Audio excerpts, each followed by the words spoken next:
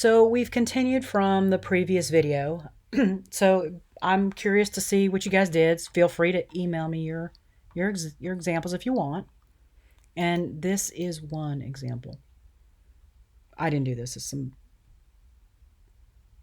pretty cool. It has that sense of three dimension that creates volume in a space that is just flat. Okay, so let's talk about mass. Mass is anything that has weight and shape.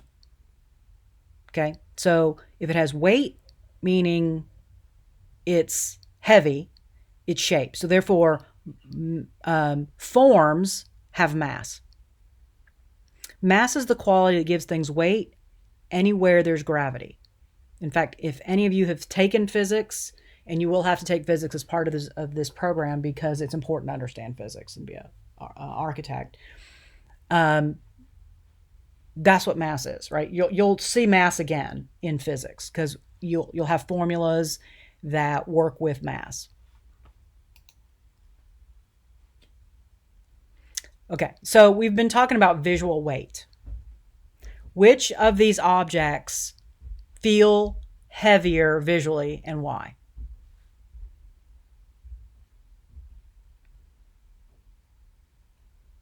So the first one, the square or the cube, which is visually heavier and why?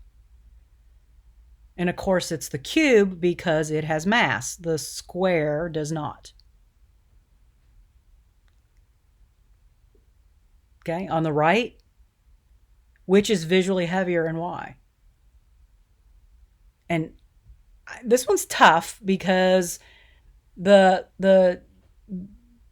B is darker, and so darker objects weigh more. And to me, it's kind of a toss-up. They both look like they're kind of equally heavy, so that's kind of a trick question. So the one on the bottom left, does the black square weigh more than the white cube? Maybe. I mean, A looks like it's made out of asphalt and B looks like it's made out of styrofoam. So even anybody who's picked up a tile will know that that size tile is going to weigh way more than that block of styrofoam. So for me, visually, the one on the left is heavier. And then the last one, A or B. Which one weighs more? And I think it's the same conundrum as the one above it.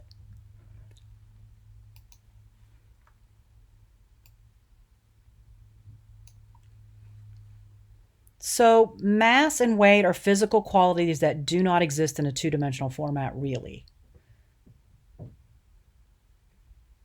So when we talk about visual or optical mass and weight, we're talking about an illusion.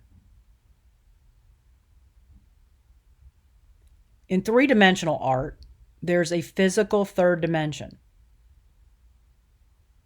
But in two-dimensional, it's all implied. And as you can see, the one on the left has mass and weight. The one on the right does not. It just appears to.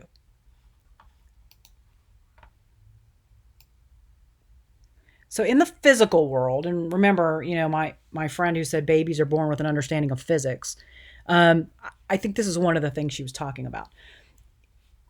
We understand very early on in our lives that things have weight. And so it becomes this sense that we can't actually weigh it necessarily. It just becomes something that's part of our innate understanding of how the world works. So in the physical world, objects with great mass attract and pull other objects toward them. That's why we rotate around the sun. It's got huge mass because it's condensed, right? It's just, the sun is nothing but gas, helium, and hydrogen swirling around. And it's just so compacted. Its mass is so huge that it pulls other objects toward it so that we rotate around it. Well, Visual design works the same way.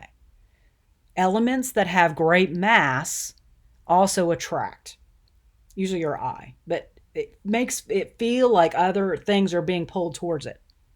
But it's your eye that's mostly being pulled towards the object. Here, you've got the blue of her eye, the yellow of her face, and the red of her lips that form that high contrast triangle. And that's why it pulls your eye to it. Mass is something we can only hint at in the two-dimensional world.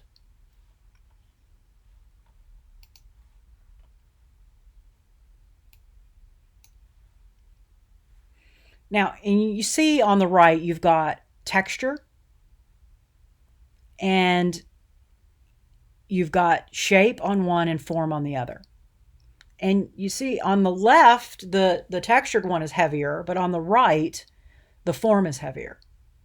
And that is because that sphere has actual mass. And so it changes it, even though it's implied mass on the left, the actual mass on the right is heavier. And so I put this together for you guys so that you can use this as part of your reference, and that you can go through and see larger elements have more weight than smaller ones. Warm colors tend to pop and they weigh more than cool colors. Darker colors, right, that's value. Darker elements are heavier. Position, elements located higher in the composition seem to weigh more, even though you think, well, that's floating. Why does it weigh more? Actually, because of the line, to me, the one on the right is heavier because it looks like it can't get off the ground. But in general, things that are higher in the composition tend to weigh heavier. Texture elements are heavier than non-textured elements because it starts to give that three-dimensional feel, which gives that appearance of mass and physical weight. Objects with regular shapes are heavier than those with irregular shapes.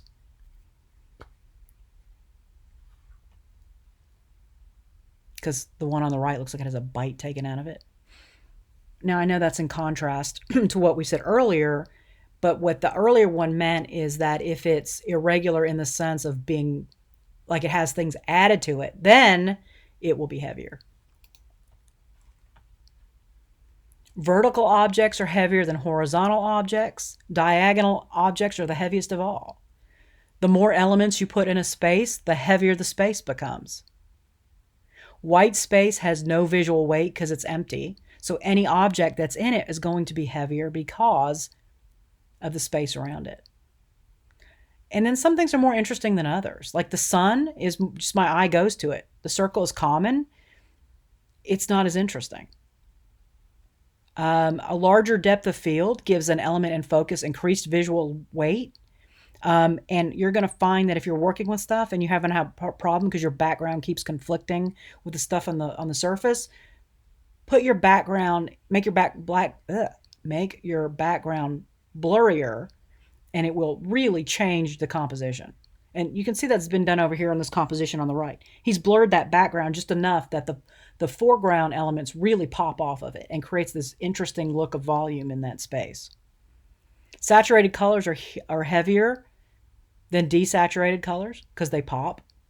And then just that perceived physical weight. We know that a house weighs more than a shoe. So any image of a house is going to weigh more than a shoe, even if the house is smaller than the shoe, because we know that the house weighs more.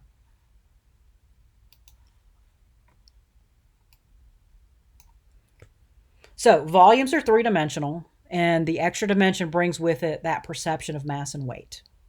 So a sphere weighs more visually than a circle. A cube weighs more visually than a square. A pyramid weighs more visually than a triangle. Here are cartoon characters. The one on the left is a two-dimensional woman, and the one on the right is a three-dimensional woman, and they're both cartoon characters, but the three-dimensional cartoon character weighs more.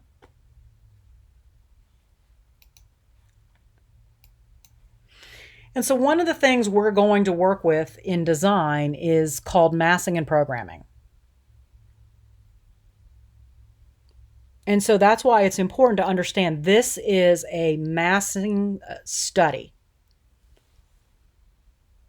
And as you look through this, you can see the mass stands on the site. The first floor is arranged, and then they start to add, and these masses represent three-dimensional rooms. And so they've added this area, these rooms to the, sorry, I need to point my cursor here. They've added these rooms, and then they've added these rooms, and then they've started to, think about what else is going on here. And then they put the second floor as a cantilever, and then they made some changes to it to make it more interesting. And there's going to be guidelines on why they did this. I just don't know what they are. And then there's some corridors created, and then they've added some additional parts and pieces. And so in the end, they end up with this mass. And so this is a massing study. Bubble diagrams are two-dimensional. We're studying we're doing planning, and we're studying relationships of those rooms to one another. After we've done that and we've decided what our appropriate plan is, we then move into our massing studies, and we start to think about those bubbles, those planning bubbles, now in terms of three-dimensional masses. And they're really volumes, but in this case, they're massing from the sense of what the overall feeling of the building is. And so we call it massing studies. Okay, so when you look at this building, do you see it differently if you look at it in terms of points, lines, shapes, forms, volumes, and masses? And if not, I encourage you to start doing that. Start looking at other buildings and identify the points, lines, shapes, forms, volumes, and masses. Because ultimately that will help you to understand how they work, but it'll also help you understand good design. And so the content of this was adapted from Stephen Bradley from his website. And I've referenced each title and artist on its image. I just kind of put everything together. If you have any questions, please let me know. And we're going to end this here and continue in the next lecture series for this module.